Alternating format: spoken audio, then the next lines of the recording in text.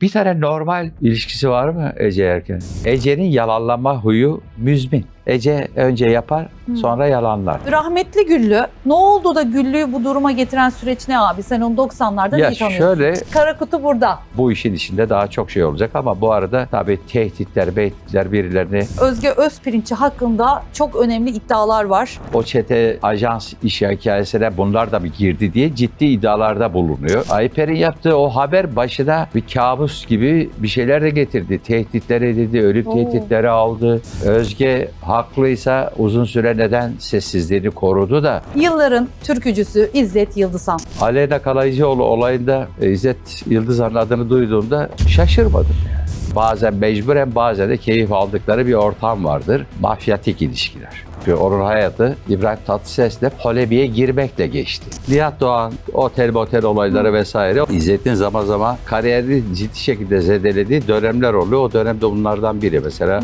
bu işledikleri cinayet kadar onların ucunda bir utanç madalyon olarak kalır yani. Haluk ne oldu şimdi? Toplumun nezdinde güveni sıfırın altına düşmüş biri oldu. Gemileri yaktı. Gemileri yakarken de birilerini daha Yakacak. yakayım mı diyor. Gerçekten elinde done mi var?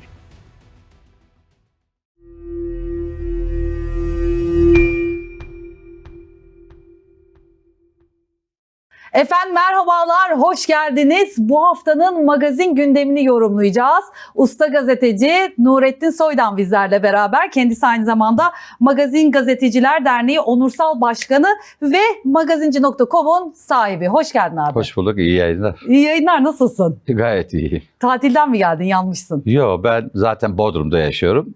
İşlerim nedeniyle olduğunda İstanbul'a gelip gidiyorum. Dolayısıyla oradaki enerjiyle ya da altımız güneş Oh, buraya göre farklı. Kışın bile bu haldeyiz desem. geçen esprisini yaptım. Hakan abi gelmişti, Hakan Solaker. O da gitmiş, tatile gitmiş gelmiş böyle yanmış Fedon gibi. Dedim bir tur daha atarsan tam Fedon'a rakipsin İşte. dedim. Sen de ikinci rakip yani. İstanbul'dan gelen arkadaşlarım ya da diğer insanlar para harcıyorlar. Ben para harcamadan orada bronzlaşmaya ya da dinlemeyi seçiyorum, tercih Evet, ediyorum. ne güzel, ne güzel. Darısı başımıza. Şimdi gündem çok yoğun. Ben özellikle Kubilay Kaan Kundakçı biliyorsun cinayetiyle başlamak istiyorum. Futbolcu cinayeti. Çünkü bu cinayete iki kişinin de ismi karıştı. Bir rapçi çocuk Canbay. Aleyna Kalaycıoğlu Survivor'dan zaten tanıyoruz. Ya içinde hep ekrandan fenomen tanıdığımız ünlüler var ve yılların türkücüsü İzzet Yıldızhan. Ve İzzet Yıldızhan son mahkemede dedi ki ikinci duruşmada ben kaybolan itibarımı geri istiyorum. Benim burada ne işim var dedi. İşte neyle suçlamalar şu yöndeydi, hakkındaki iddialar suçluyu saklama vesaire. Kaçmasına yardımcı olma. Evet, şimdi bu konu hakkında ne düşünüyorsun? Neden biz son günlerde böyle ünlülerin isimlerini bu tarz olayların içerisinde görür olduk? Tabii olaylar farklılaşıyor. Herkesin karıştığı olay farklı. İzzet'inki daha da farklı. Çok yakından tanıdığım biri yani. Bir dönem birlikte çalıştığım insanlardan biridir. O zaman da tam da kaybolan imajının yeniden düzeltmeye çalıştığımız dönem. Hatırlar mısın? Hangi dönem? Bu Nihat Doğan'la olan. Nihat Doğan, işte otel olayları vesaire. O dönem ben ekiple birlikte ona profesyonel anlamda bir destek ve çalışma işine girdik. Gerçekten aslında İzzet'in zaman zaman kariyerini sıfırladı.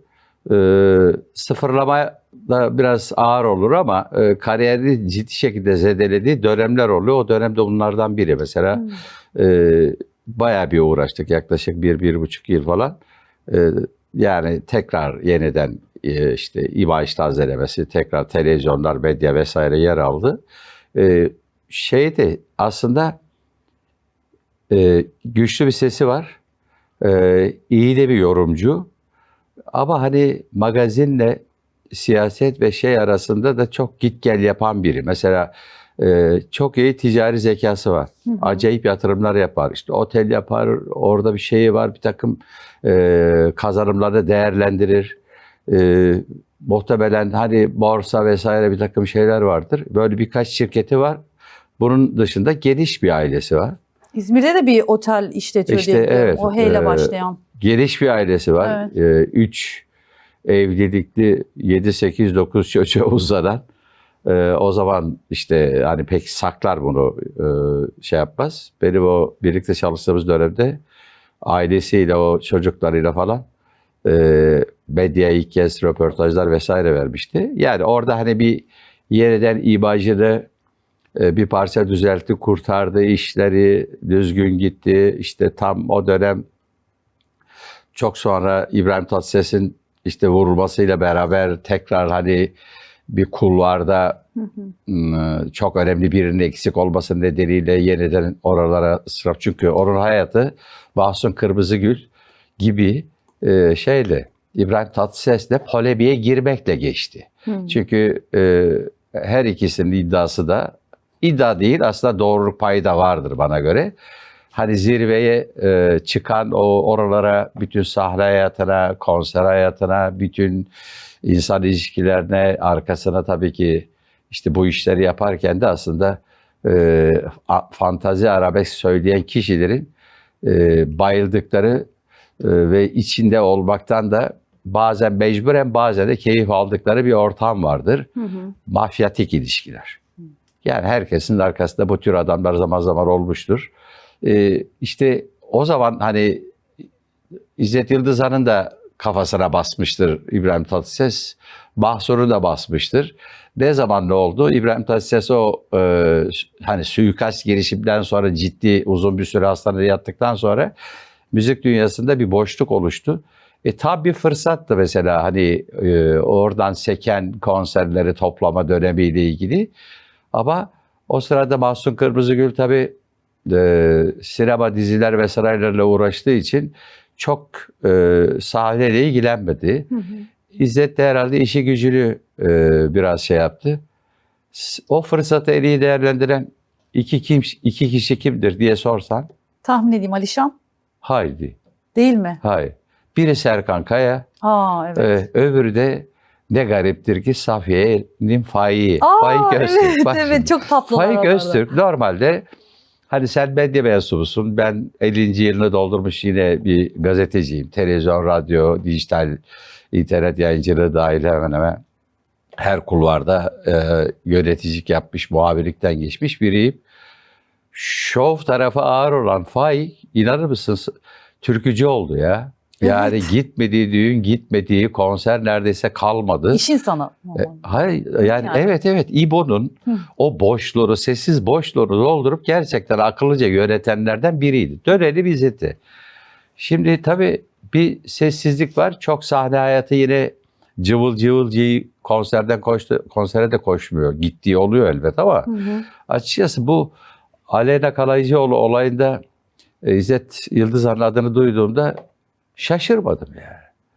Şaşırmadım çünkü yani birileri sanki bu tür işlerin içine girdiğinde kendileri çok daha güçlü hissediyormuş gibi. Halbuki senin işin gücün var, ciddi bir serveti var, şirketleri var. Senin ne işin var? İşte adı geçen o kişi de tabii Kadayıfçıoğlu ailesine sonuçta yakın olduğu söyleniyor. Paralı pullu bir ailenin çocuğu olunca mutlaka ilişkileri de vardır. Belki aile ilişkileri, belki arkadaşlıktan kaynaklanan olaylardan dolayı bu işin içine attı kendini ama bu yardım ve yataklığa, yani şimdi bakın, işin içinde dayak ya da herhangi trafikte bir kavgadan söz etmiyoruz. Yani sormaz mısın? Ne oldu? Ne oldu? Abi bir şey yok. Trafikte kavga. Ne oldu? Bir adam öldü. Ama ben yapmadım dersin. Şüphe duyarsın değil mi birinde? Bir kendini geri çekmez misin bu işten? Çekmen lazım.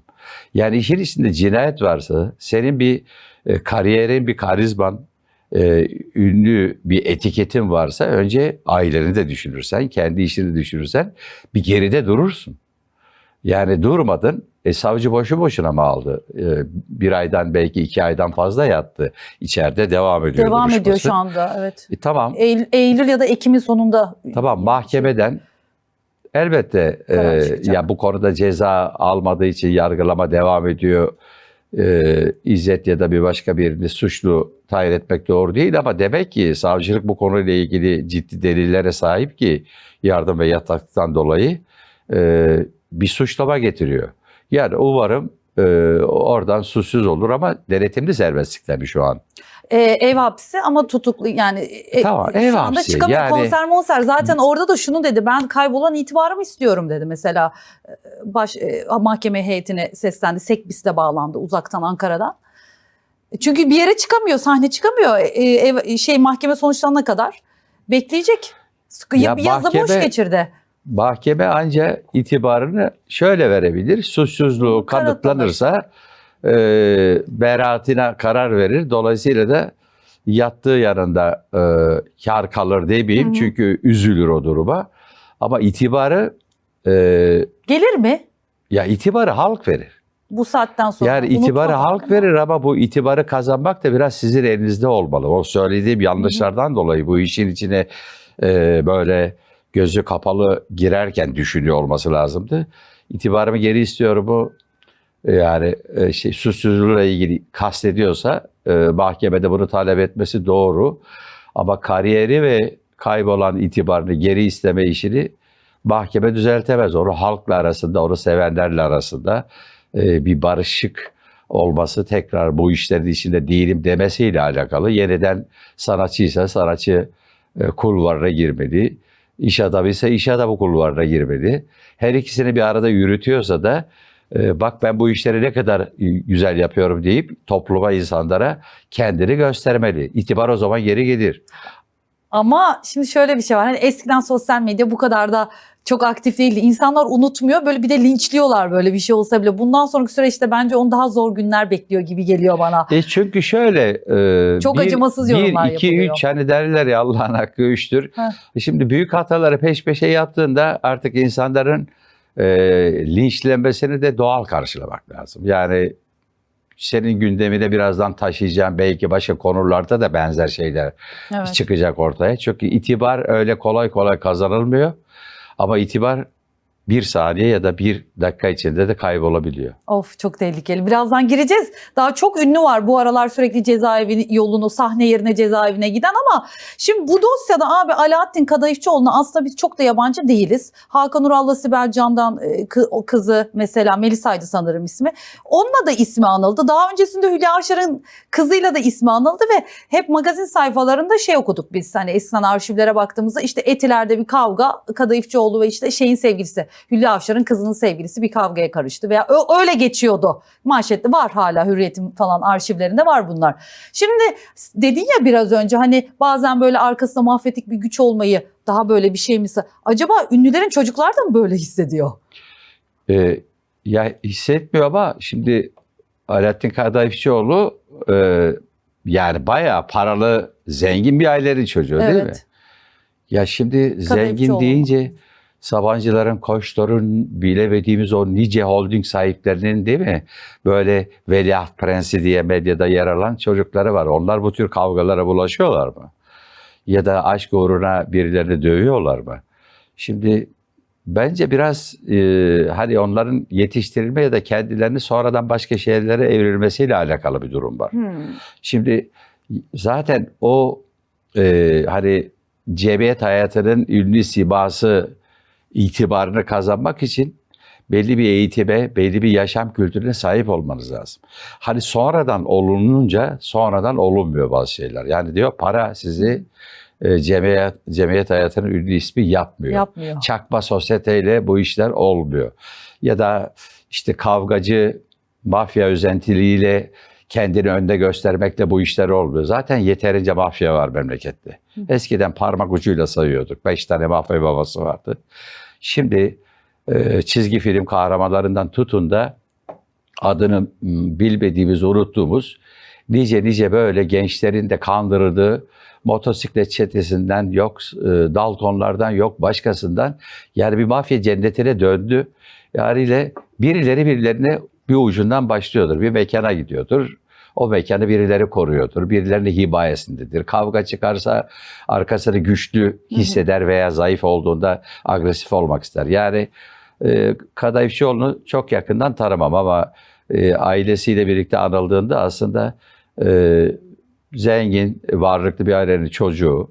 Neden bu işlere girdi? Aleyna Kalaycıoğlu desen yani bütün kariyeri şeye bağlı olan, Survivor'a bağlı olan, evet, oradaki tabii sonra şarkılar yapıp bir şeyler yapmaya çalışıp bir şeyler olamama halleri var. Zaten Can Baylar rap parladı. Onu bıraktı. İşte annesi Kadayıfçıoğlu'nun oğluyla tanıştırıyor. Anne aracılığıyla bir şekilde Tabii. tanışıyorlar. Sonra bu olaylar oluyor falan filan. Kötü olaylar. Sonu Evet. kötü. Olan ölene oluyor galiba. Maalesef. O çocuk aslında Gencecik. tamamen aradaki biri. Yani arabada bu olmasa belki bu işler olmayacaktı ama o namlunun direkt ona yönelmesi de ayrı bir yani ailesi için gerçekten üzücü bir durum.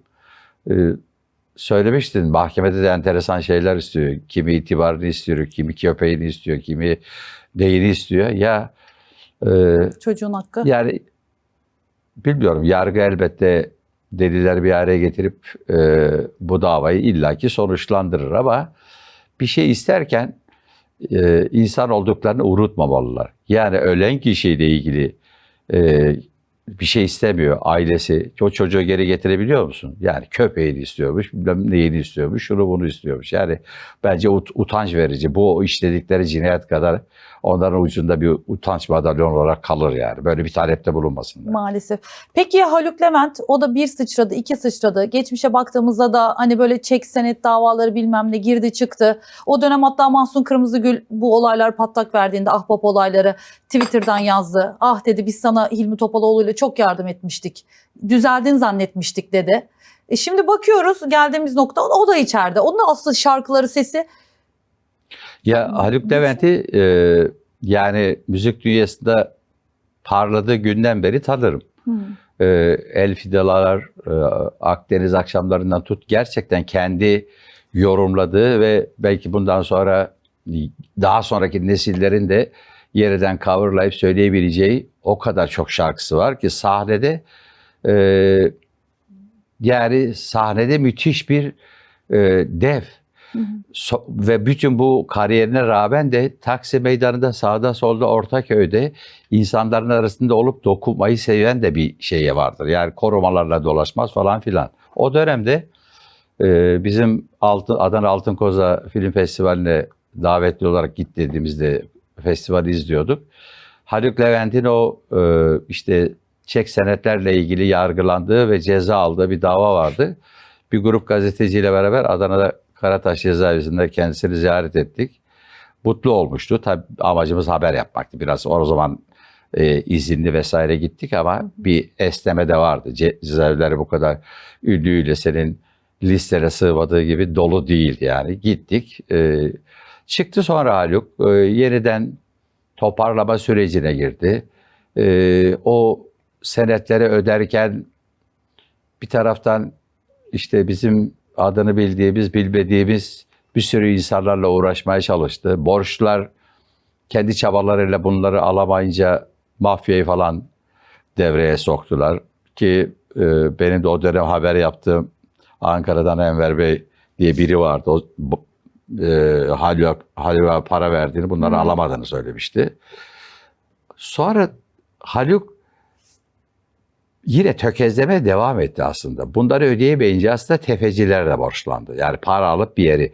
Şey gibi düşün, hadi kredi kartıyla ödeyemezsiniz kredi kartınızı. Bir başka bankanın kredi kartını da alıp oraya yatırmaya çalışırsınız. Ama bir değil birkaç bankaya borçlu olursunuz. Yani tefeciye bir defa elinizi kolunuzu kaptırdığınızda şansınız yok. Haluk o zaman toparlanamadı. Tehditler falan aldı. Kıbrıs'a yerleşti. 2 yıldan fazla belki Kıbrıs'ta kaldı. Türk vatandaşı olduğu için orada yaşadı. Sahne hayatına oradan devam etti ama Haluk'un tabii belli zaafları olduğu için o zaaflarından biri kendi de zamanla söylüyor. Kumar tutkusu. Evet. Tam da yerine aslında gidip şey yapmış. Yani demirlemiş. Tetikledi o da onu. Hayır ya, Kıbrıs'ta gidiyorsun, Yeri. tamam. Türkiye'deki seni tehdit eden insanlardan belki alacaklardan uzak olabilirsin ama başka bir batağın içine gidiyorsun. Yani kumar, aşkın depreşebilir. Oradaki insanlara borçlanabilirsin ki öyle olmuştur. Bir süre sonra Türkiye'ye döndü. O dönem katlanan borçlarını toparladı. Çok ucuz mekanlarda sahne aldı. O Kıbrıs'a gitmeden önce gerçekten. Ucunmuyordu da. Ya 5.000 liraya sahne aldığı, neredeyse 10.000 lira sahne aldığı dönem biliyor musun? Haluk Levent'in yanından geçemezsiniz o parayla. Yani ne kadar çok o kadar iş var ama para küçük olunca o borçlar kapanmadı. Kapanmıyor. Ne yazık ki. Döndü. Başka bir Haluk Levent çıktı. Kocaeli'de çadırlarla koşan bir Haluk Levent oldu depreminde. O da çok büyük depremdi biliyorsun. Ciddi insanımızı kaybettik. İstanbul dahil Marmara'da bir sürü her şey yerle bir oldu. O deprem hükümetleri götürdü. İşte bir takım şeyler olmayınca Ecevit ve Milliyetçi Cephe, MHP hükümeti vardı iktidarda o zaman. Şimdi orada bir Haluk'un bir yardımseverliği insanların kafasında kaldı. Ne oldu? 99 oldu. Sonra 2021 miydi depremin olduğu tarih? Sanıyorsam. 6 Orada Şubat tekrar depremi. işte ahbaplar platform falan bir şeyi zikretmeye başladı. Küçük küçük sosyal dayanışma şeylerini, hareketini başlattı. İşte lösemi çocuktan tutun da evi olmayan şeye kadar. Dolayısıyla o yeniden imajını yavaş yavaş iyiliksever Haluk'a doğru. Bambaşka bir Haluk döndü. Evet döndü. Deprem sırasında Haluk yeniden ortaya çıktı. Şimdi böyle bir güven duygusu ortaya çıkınca program öncesinde de söylediğim lafı şimdi söyleyeyim arzu edersen. Ya şu an yani 11 il yerle bir olmuş. Türkiye, dünya oraya koşuyor. Devlet koşuyor. İçişleri Bakanlığı, AFAD koşuyor. Kızılay orada, herkes orada. Bütün Türkiye'nin önemli iş insanları ve kurumlar hani yiyecek yardımı oraya ne gerekiyorsa sudan tutun da pedinden çocuk şeyine kadar sütüne kadar bütün bu imece oluşurken bir dayanışma olurken Haluk çağrılarda bulunuyor. İşte ahbap bir imaj oluşturmuş. İnsanlar tırlarla dolu yiyecekler, bir takım kamyonlar gidiyor da gidiyor. Şimdi burada sonraki süreç o arada yardım çağrıları başlıyor. Parasal yardımlar yapmaya başlıyor. Şimdi bunları yapılırken şunu sormak insanın aklına gelmez. Ya yıllar önce Haluk galiba böyle bir dolandırma vesaire birilerine bir şeyler yapmıştı da acaba para yollasak da bu da yerine gider mi diye düşünmezsiniz ki. Yani o depremzedenin açıkta kalmaması için bir battaniye ya da bir başını sığacak bir konteynere ihtiyaç var. Dolayısıyla sizin yollayacağınız 100 lirayla 1 milyar arasında ya da 100 milyon arasında pek bir fark yok. Sonuçta oraya yolluyorsunuz. Buna vesile olacak biri var. Nasıl Kızılay'a veriyorsunuz? Kızılay'da o zaman bir güven zedelenmesi olmuştu. Çadır sattı. Tam da o aslında Haluk Levent patlattı. Evet, o patladı. Patladı değil mi? Evet, o dönem. Kimse bunu tartışmıyor. Bana sorsan evet Kızılay ciddi. Kızılay çok yani dünyada her yere koşan gerçekten bizim güven duyduğumuz bir yer. Başta Cumhurbaşkanı olmak üzere bütün kurumlar çadır satma olayını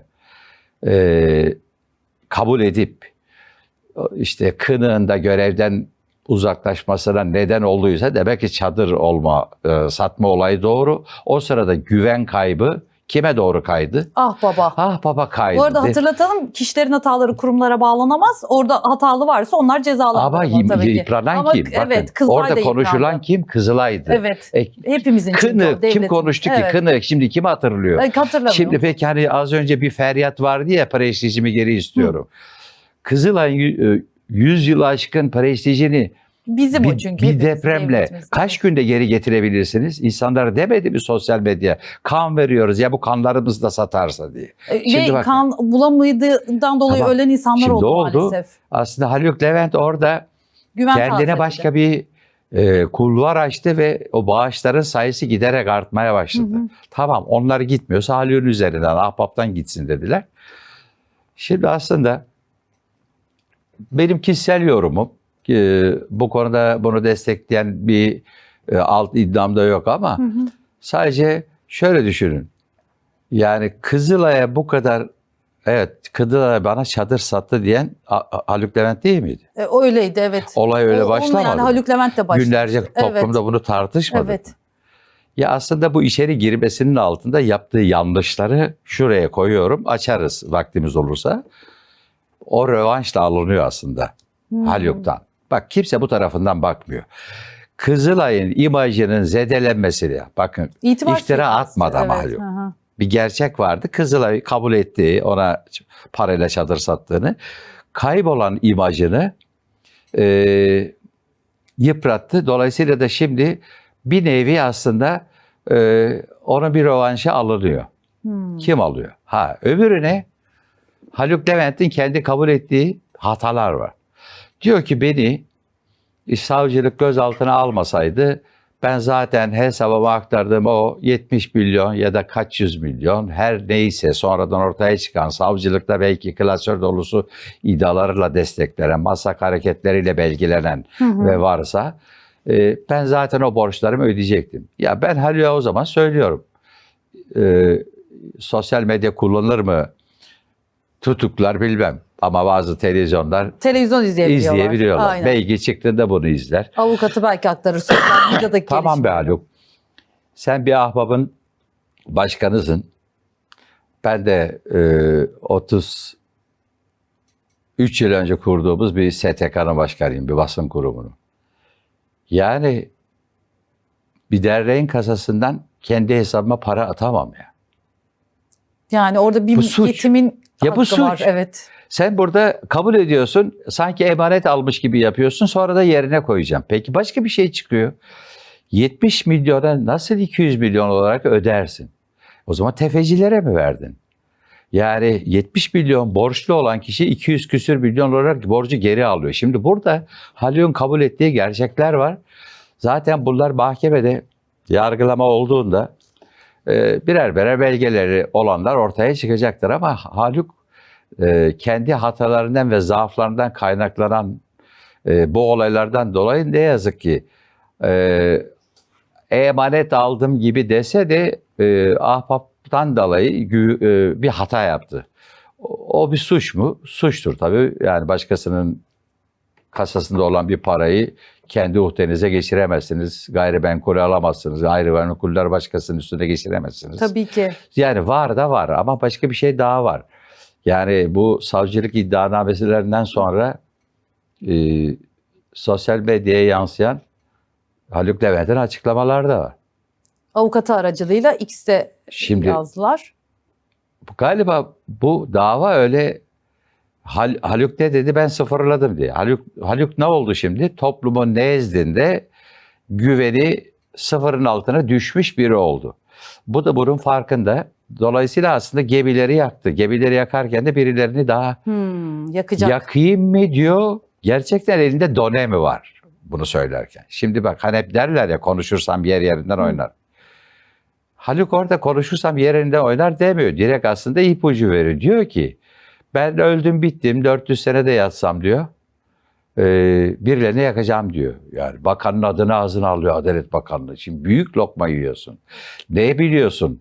Ama yani yine konuşulmayan Haluk'un bu paraları nereye nasıl aktardığı kendi uhdesine ortaya çıksın. Zaten güveni sıfırlardı. Ahbab'ın Kayyum atandı. kayyum atandı. Zaten devlet el koydu o paralara kasasında. Şimdi 12 milyar deprem dönemiyle ilgili aynı yardımları bir tarafa bırakırsan öyle diyordu galiba. 12 milyara yakın bir para nakdi para toplanmış. Bu milyar dolarlar falan yapıyor. Bakın çok büyük para. Hani bu Haluk Levent'ten dolayı onun topladığı yardıma destek veren bir sürü ünlüler var. Bunu unuttum bak evet konuşmuştuk. Kim yayın vardı? öncesi.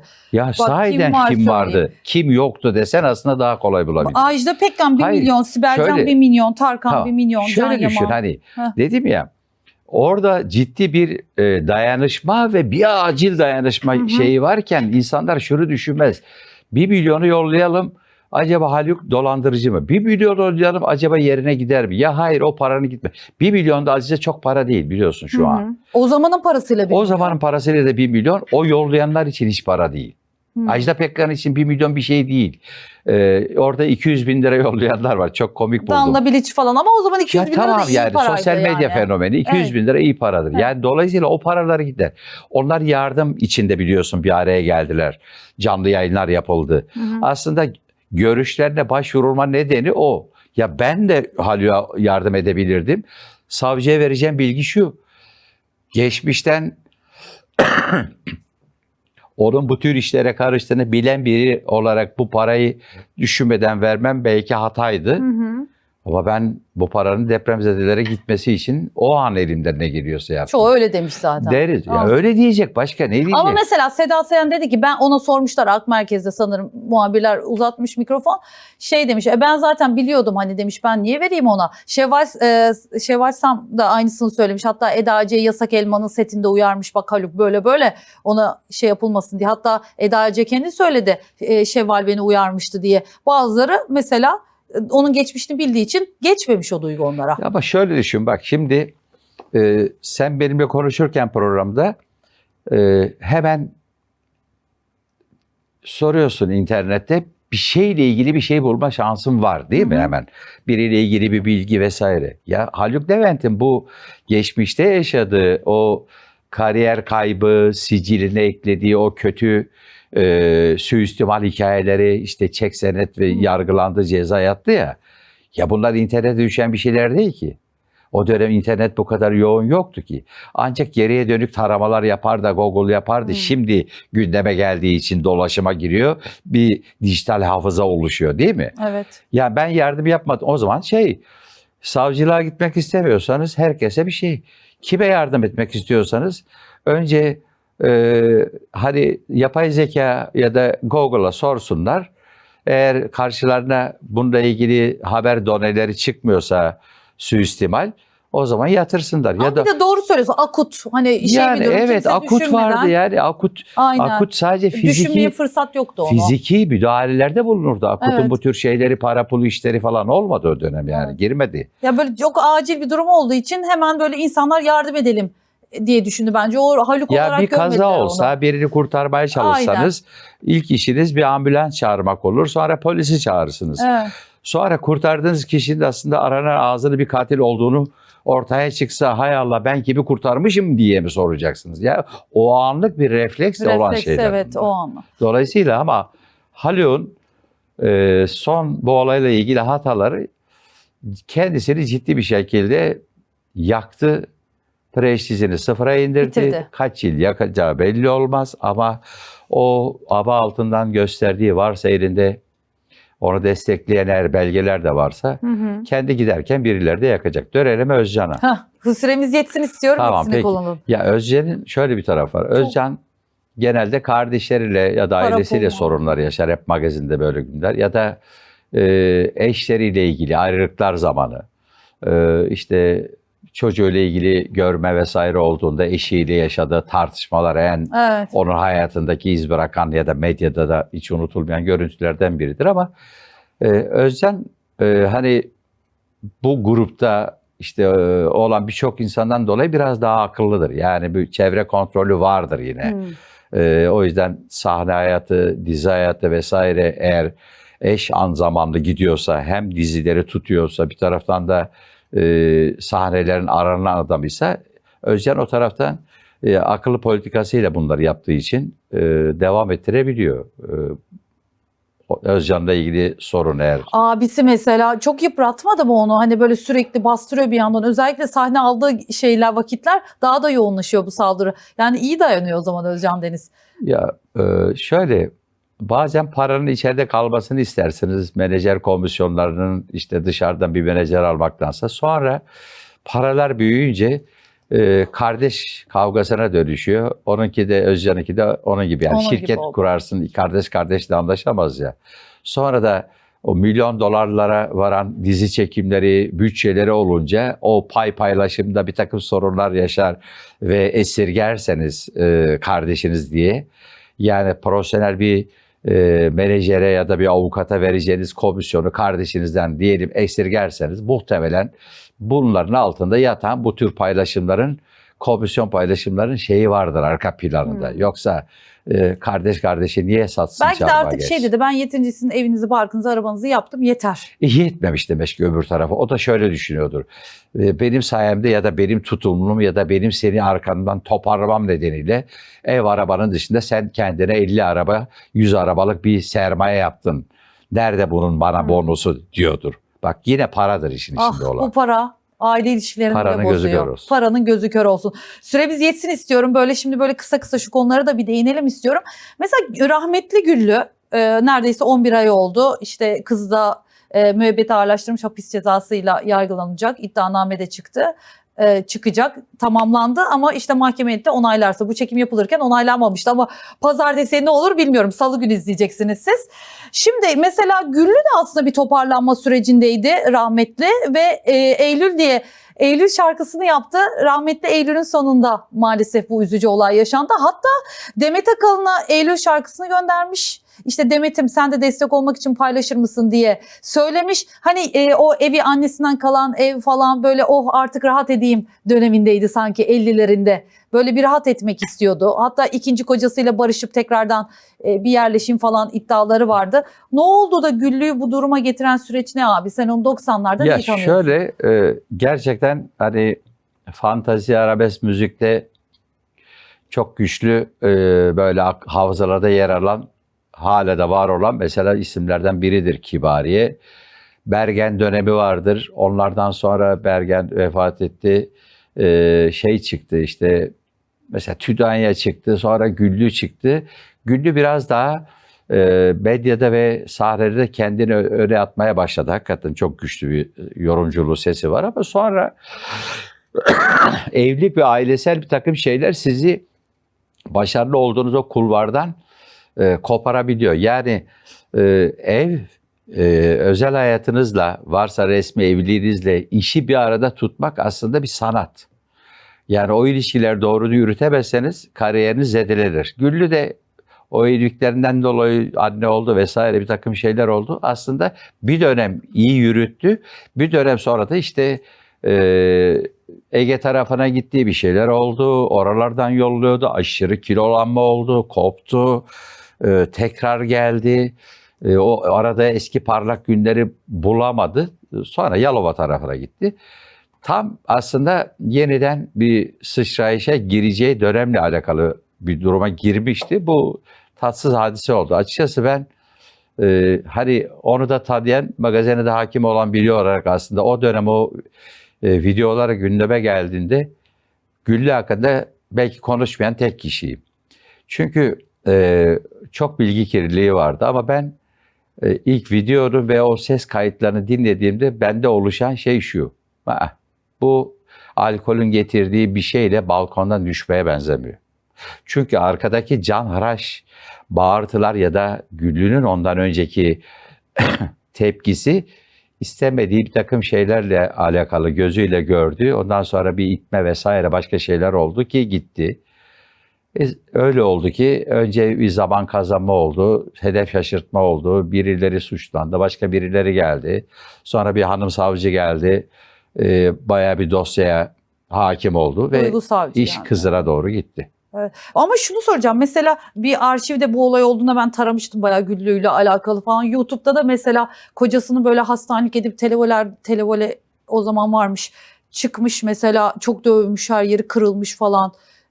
Haberlerde hep çıkmış, eski kocası çok dövmüş onu, çok çekmiş. Az önce söylediğim, O işte. hani bu tür şeyleri de pek şey yapmadan üstten geçtiğim bölümdü. Yani işte evlilik ve özel hayatı. Yani şimdi siz sahne yüzüsünüz. Siz şurada ekran yüzüsünüz. Varsa eşiniz ya da sevgilinizle bir dayak yedikten sonra sizin bu programı sunma şansınız var mı? Güllü'nün sahneye çıkma şansı var mı?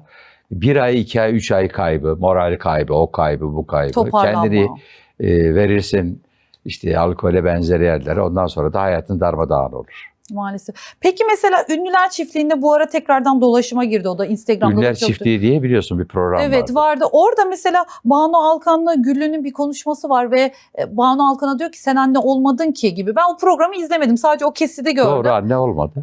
Diye orada bir atışıyorlar, tartışıyorlar falan. Sonra, doğru, anne olmadı. Anne olmayan da anneliği bilemez. Diye böyle Güllü ile Banu Alkan'ın orada bir tartışması vardı.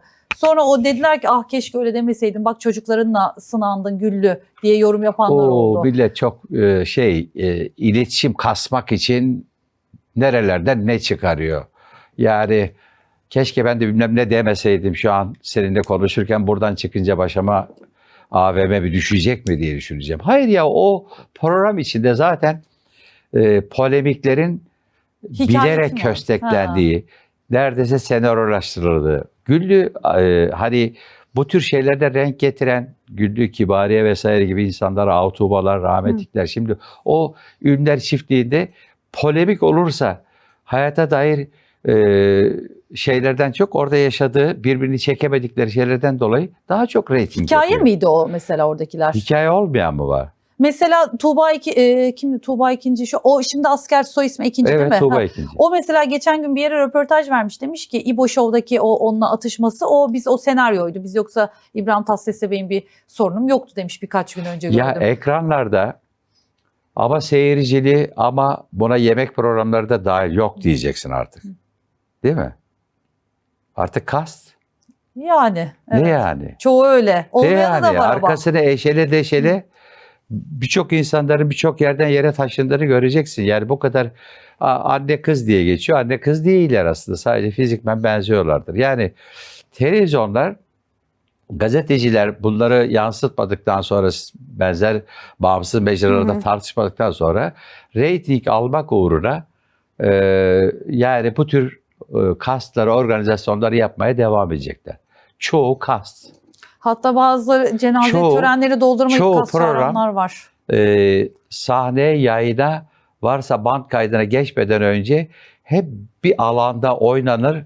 Bir insanlara bir şeyler deklare edilir. Kafasına bardak kıracaksa ya da başka bir şey yapacaksa ya da bir laf sokacaksa bunlar oynanıyor. Kamera kaydı, başlıyoruz der yönetmen ve başlar. Aynen öyle. Biz de izleriz değil mi böyle falan diye. Güllü öyle demiş. Öyle demiş. Bir de hayatın içinde gerçekler var. Mesela Ece Erken hayatı kas değil yani onun, ama mesela geçen haftalarda bir haber düştü. Yeni bir aşk, işte yine bir iş adamı, kendinden küçük falan, böyle bir iddialar vardı. Yine bir sizin magazin camiasından bir Başak Çokan. Başak abla bunu ortaya çıkardı, yani onun haberiydi bu. Ne diyorsun yani Ece olayına abi? Yani Ece Başak Erken... sana kızmasın abla dediğin için. Başak ablacığım, Peki. seviyorum seni. Seviyorum onu. Başak başarılı bir muhabirdi. Sonra ekranlarda da o da bir takım sıkıntılar yaşadı. Ya o haberi patlattı. Haberi patlattıktan sonra Ece Erken yalanlama yoluna gitti. Bir sürü şeyler oldu. Dava açtığını falan söylüyor. Yani Ece'nin yalanlama huyu müzmin. Ece önce yapar, sonra yalanlar. İzlesin, sonra bana da söylesin. 1000 tane şey koyarım önüne.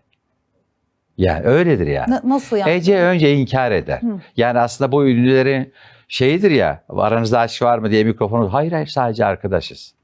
Sonra birbirimizi tanıyoruz aşamasına geçer. Sonra el ele dolaşırlar. Sonra 3 gün sonra da ayrılırlar. Yani Ece'nin bu camianın gerçekten hani yıldızı pek sönmeyen isimlerinden biridir aslında. Hem sunuculuğu hem ekran kabiliyeti vesaire, ama o da özel hayatıyla bu tür olaylara neden olan kişilerden biridir. İlk onun içindedir Ece yani.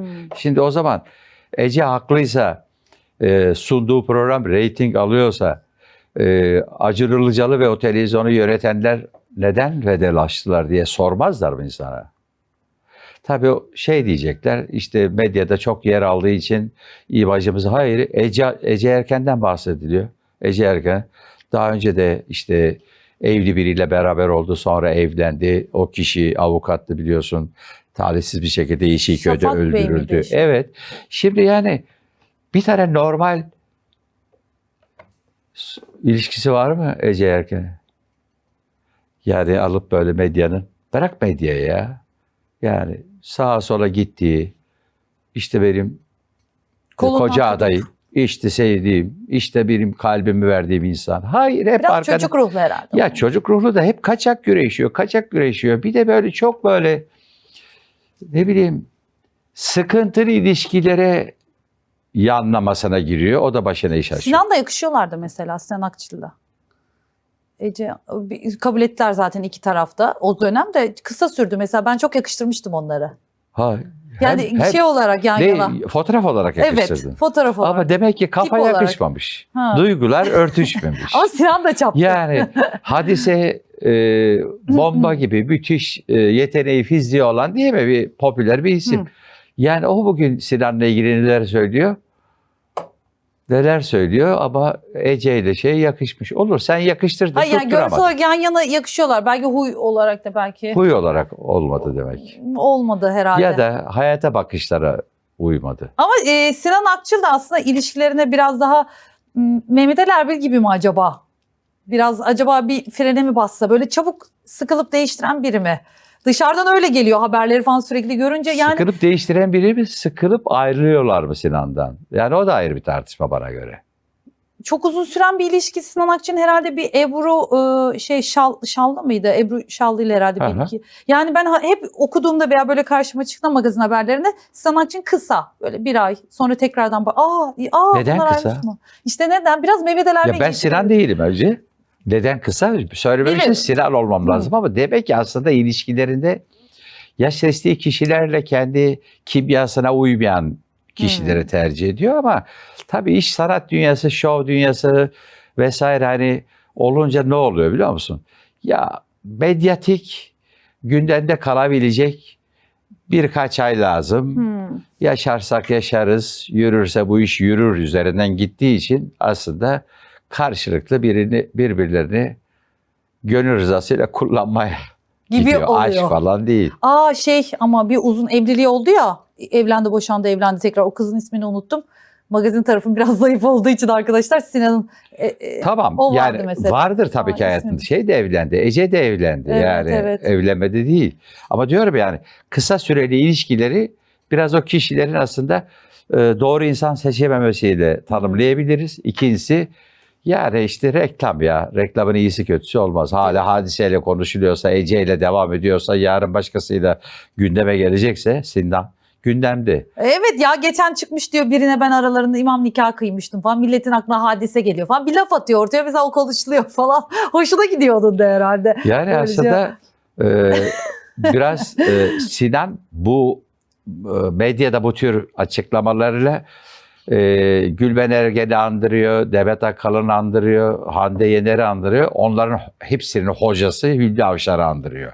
Dişisi yani. Yani aslında bu reklam kulvarını bu tür cümlelerle kullanıyor. iyi idare ediyor. Arada böyle bir cümle veriyor. Ve o cümle yetiyor zaten. Yetiyor. Başlık manşeti atıyorlar zaten. Şimdi son 5 dakikamıza giriyoruz ama bu çok önemli bir konu. Çünkü Özge Özpirinççi hakkında çok önemli iddialar var. Bir de küçük bir kız çocuğu var, Kübra. Kübra Süzgün. Evet, bir markanın reklam yüzü olarak kullanılıyor ve bu olayın içerisinde babası bir şekilde şeyini alamıyor, kızının hakkını alamıyor ve bu olayın içinde Özge Özpirinççi neresinde? Özge Özpirinççi öncelikle Kübra ile Annem dizisinde oynamışlar.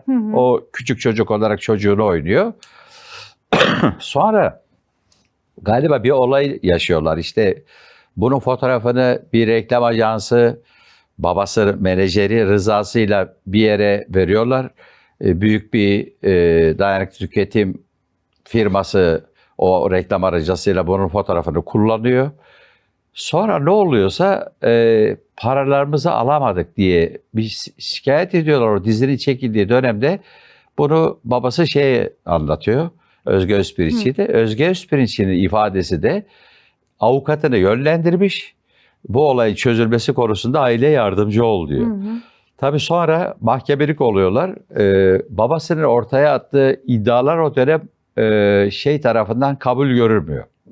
Mahkeme tarafından davayı kaybediyorlar. Fakat baba, kız büyüyor, yıllar geçiyor. Bu işin içinde işte Özge de var, avukatı vardı, girmedi. Acaba işte bir takım mecraları arka tarafa dolanıp kullandılar. O çete ajans işi hikayesine bunlar da bir girdi diye ciddi iddialarda bulunuyor. Önce medyada yazıyor, çiziyor. Kübra'nın bu konuda bir yardım çığlığı vardı. Kübra Süzgün bu yardım videosunu yayınladığında Magazin Ram'dan Ayper Kaya gazeteci haber yaptı. 3 ay boyunca da bunun arkasında durdu. O zaman medya sağırdı. Kimse duymadı bu işi. Hatta Ayper'in yaptığı o haber başına bir kabus gibi bir şeyler de getirdi. Tehditler edildi, ölüm tehditleri aldı. Takip ettiklerini söylüyorlar. Bir takım şeyler oluyor. Yargıya bazı şeyler yansıdı. Olay büyüdü. Birdenbire tekrar ne olduysa birileri yeniden gündeme getirip bu sefer dijital medya, ulusal medya, ana haber bültenleri dahil Özge tekrar işin içinde manşetine konularak aslında gündeme taşındı. Yani o zaman bir kişinin, bir kızcağızın çığlığı diye Ayper'in koyduğu video bugün öyle bir dolaşıma girdi ki haberlere konu oldu.